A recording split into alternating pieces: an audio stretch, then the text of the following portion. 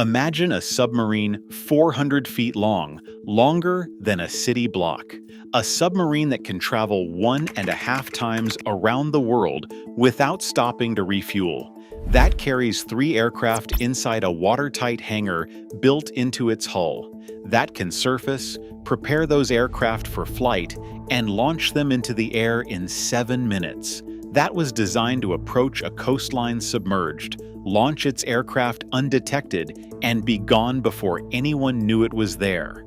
A submarine whose aircraft could fold their wings, their tail fins, and their horizontal stabilizers to fit inside a tube and then unfold them on the deck, engines running in 7 minutes flat. Aircraft specifically designed from scratch because no existing plane in the Japanese fleet was small enough to fit inside a submarine hangar and capable enough to do what the mission required. A submarine that Japan spent 3 years building in absolute secret that its designers called Sen-Toku, which loosely translates to Secret Attack Submarine. That was, at the time of its completion, the largest submarine ever built. A record it held until the United States put its first nuclear ballistic missile submarine in the water in 1959, and a submarine that, across its entire operational existence, never launched a single aircraft in combat, that never fired a shot at an enemy, that surrendered to a single American submarine in the open Pacific on August 27, 1945. While sailing toward a mission it was too late to complete. This is the story of the I-400 class, and by the end of this video, you will understand why the most extraordinary submarine Japan ever built was designed not for one mission, but for 4, each one more desperate than the last, and why America sank it to the bottom of the Pacific rather than let anyone else see what it could do. Stay with me, because the engineering decisions behind this submarine are only the beginning of the story. The missions it was assigned are the part that changes everything. The I-400 class was not designed because Japan wanted a larger submarine. It was designed because Admiral Yamamoto understood in January 1942, 1 month after Pearl Harbor, that Japan was already losing the war it had just started. The attack on Pearl Harbor had not delivered the decisive result its planners had intended. The American carriers had not been in port. The American industrial base was intact.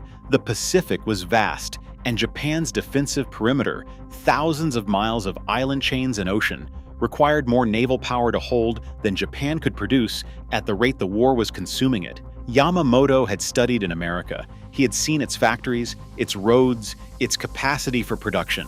He knew what was coming. His answer was an idea that had existed in naval planning discussions since the First World War, but had never been built at scale, a submarine that carried aircraft. Not one aircraft, as an observation platform. 3 aircraft, bombers, capable of striking targets that no submarine could reach with torpedoes, targets deep inland, or fixed installations like canal locks that required precision, aerial attack to destroy. Yamamoto submitted his proposal to the Imperial Japanese Navy on January 13, 1942. The requirement he specified was precise: a submarine with the range to reach any target on Earth from a Japanese port, carrying enough aircraft to deliver a meaningful strike, capable of approaching undetected and launching without surfacing for long enough to be tracked. The engineering team at Kure Naval Arsenal set to work on what would become the most ambitious submarine construction project in Japanese history. Here is something that most accounts of the I-400 class skip entirely. The aircraft that the submarine was built to carry did not exist when the submarine was designed. Yamamoto's requirement called for an aircraft that could fold to fit inside a 3.5-meter diameter tube, unfold and prepare for flight in under 15 minutes, carry a 1,764-pound torpedo or bomb, fly at combat speed, and survive in a maritime environment that would corrode and salt damage most conventional aircraft systems. No such aircraft existed. Aichi Aircraft Company was contracted to build one. The result was the Aichi M6A1 Siran, which translates roughly as mountain haze or storm from a clear sky. It first flew on November 8, 1943. It could fold its wings, its tail fins, and its horizontal stabilizers flat against its fuselage. fully unfolded, and with its detachable floats attached, it could fly at 295 miles per hour. Without floats, in the attack configuration where it would not be recovered, it could reach 348 miles per hour. The catapult that launched it was 85 feet long, built into the forward deck of the submarine and powered by compressed air. A proficient crew could have all three aircraft fueled, armed, engines running, and launched within 7 minutes of surfacing. 7 minutes. The I-400 class was designed to surface, launch its aircraft, and dive again before most radar systems of the era could track, identify, and respond to the contact. The I-400 itself was laid down at Kure Naval Arsenal on January 18, 1943. It was commissioned on December 30, 1944. She was 400 feet long, displaced 6,560 tons submerged, carried a crew of 144, and had a range of 37,500 nautical miles. That range was enough to sail from Japan to the east coast of the United States, complete a mission, and return to Japan without once refueling. No diesel-electric submarine in history has ever matched that range. The Navy planned to build 18 of them. It completed 3. Here is the first mission the I-400 class was built for, and why it changed before the submarines were finished. The original target, discussed in planning sessions in early 1942 and never entirely abandoned, was the American mainland, New York City, Washington, D.C., the West Coast. Yamamoto's original conception was of aircraft launched from submarines off the American coast, striking American cities in the same way Japanese aircraft had struck Pearl Harbor, suddenly, without warning, from a direction nobody was defending against. The psychological impact of bombs falling on American cities, even small bombs from 3 aircraft, even minimal physical damage, would have been incalculable. Pearl Harbor had been an attack on a military installation in a distant territory. Bombs on New York would have been something different entirely. The war would have come to the American mainland in a way that no previous conflict had. By the time the first I-400 was commissioned in late 1944, the war had moved so far against Japan that striking American cities with 3 aircraft was no longer a meaningful military action. Mainland America was out of reach, not physically. The submarines could still get there, but strategically. Japan needed to slow the American advance in the Pacific. It needed a target that, if destroyed, would genuinely change the course of the war. The target it identified was the Panama Canal. Here is the detail that changes how you understand the I-400's mission. The Panama Canal connects the Atlantic Ocean and the Pacific Ocean through 50 miles of locks and artificial lakes in the Republic of Panama. In 1945, the canal was the primary route by which American naval forces, cargo ships, and reinforcements moved between the Atlantic and Pacific theaters. A carrier built on the east coast of the United States and commissioned at a shipyard in Virginia could reach the Pacific in weeks through the canal. Without it, the same journey required sailing south around Cape Horn, weeks of additional transit time that the American Navy could not afford in a fast-moving war. Japan's naval planners calculated that destroying the Gatun Lake lock gates, the locks that controlled the water level between the Atlantic and the canal, would drain the artificial lake and render the canal impassable for months, possibly longer. The engineering required to rebuild the locks under wartime conditions would be extraordinary. American naval reinforcements from the Atlantic would be cut off from the Pacific for the duration of the repair. The I-Chaucer 400 and I-401, each carrying 3 Siron bombers and 2 smaller submarine carriers, would surface within range of the canal. 6 aircraft would attack the lock gates simultaneously. The plan was called Operation Arashi. Training began. Wooden full-scale models of the Gatun Lake lock gates were built in Japan, so the pilots could practice their attack runs. Then, in the spring of 1945, the planners revised the tactics. Instead of conventional bombing, the mission would use kamikaze ramming attacks, pilots flying their aircraft directly into the lock gates at full speed. The gates were reinforced steel and concrete. A bomb might not penetrate deeply enough. A Siron loaded with explosives and flown directly into the gate face at 295 miles per hour was another calculation entirely. Training continued under the new parameters. The pilots knew what the mission would require of them. They prepared for it. If you're finding this as fascinating as I am, go ahead and hit the like button. It helps more people find this channel. Because the next mission the I-400 was assigned is the one that has almost never been told in full, and it is the most disturbing thing Japan planned to do with this submarine. Here is the mission that nobody talks about. In early 1945, Vice Admiral Jisaburo Ozawa, Vice Chief of the Naval General Staff, proposed a different use for the I-400 class submarines. The Panama Canal mission was still active, but Ozawa had another idea. He proposed loading the Submarine aircraft not with conventional bombs or torpedoes, but with biological weapons, specifically with ceramic canisters filled with fleas infected with plague, cholera, and typhus, pathogens that Japan's Unit 731 biological warfare program had been developing and testing in Manchuria for years. The target would be the American West Coast, San Diego, Los Angeles, or San Francisco.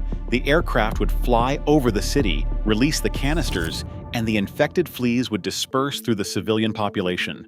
The head of Unit 731, Dr. Shiro Ishii, was consulted. He confirmed the plan was technically feasible. The fleas had been successfully weaponized and tested on Chinese civilians and prisoners of war in Manchuria in attacks that had produced documented results. The plan was submitted up the chain of command for approval. The head of the Japanese Army's general staff rejected it. His stated reason, recorded in Japanese military documents and preserved in post-war testimony, was that the use of biological weapons against the American civilian population was, in his words, unpardonable on humanitarian grounds. The Japanese Army, which had developed biological weapons and tested them on thousands of Chinese and Allied prisoners in Manchuria, declined to use them against American civilians because it was inhumane. Operation Cherry Blossoms at Night, as the biological weapons mission was known, was canceled. The Panama Canal mission remained active. Here is what happened instead. In July 1945, with the Pacific War in its final weeks and the American advance closing on the Japanese home islands, the Panama Canal mission was canceled. Okinawa had fallen. The operational situation made the canal attack no longer strategically relevant. The American Navy was already positioned in the Western Pacific in overwhelming strength. Destroying the canal locks would not move those ships. They were already there. The I-400 and I-401 were assigned a new final mission. They would attack the American naval base at Ulithi Atoll in the Caroline Islands, the largest American anchorage in the Pacific, home to hundreds of ships and the logistical hub for the invasion of Japan that was being prepared for the autumn.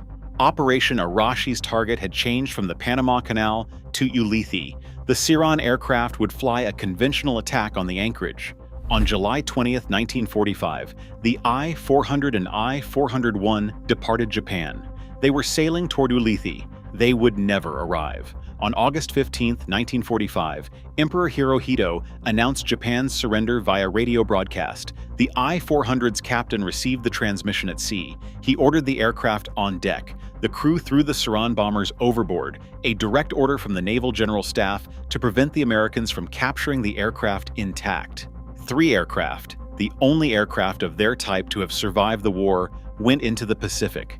On August 27, 1945, the I-400 was intercepted by the USS Segundo south of Japan. The I-400 surrendered. Its crew came aboard the USS Segundo under guard. The largest submarine ever built, on its way to a mission it would never complete, was taken to Pearl Harbor. Here is how it ended. At Pearl Harbor, United States Navy technicians spent months studying the I-400. They examined the hangar, the catapult, the aircraft recovery crane, the navigation systems, the torpedoes. They documented everything they could find. The submarine was unlike anything the American Navy had built or expected. The range, the aircraft capacity, and the ability to surface, launch, and dive without detection convinced the American engineers that they were looking at a concept that would remain relevant for decades. The Soviet Union had also understood this. Under the terms of the post-war agreements, the Soviets formally requested access to the I-400 class submarines for inspection. It was a reasonable request under the treaty language. The United States Navy declined to honor it. Instead, in the spring of 1946, the I-400 was towed off the southwest coast of Oahu. On June 4, 1946, the submarine USS Trumpetfish fired 3 torpedoes into the hull of the I-400. The largest submarine the world had seen for decades sank in 2,300 feet of water. The Navy reported that it had no information on the precise location of the wreck. 3 submarines, sunk by their captors, their positions kept secret for nearly 70 years. In August 2013, a team from the Hawaii Undersea Research Laboratory at the University of Hawaii located the I-400 on the ocean floor, 2,300 feet below the surface off the southwest coast of Oahu. They identified it by its aircraft launch ramp, its deck crane, and its torpedo tube configuration.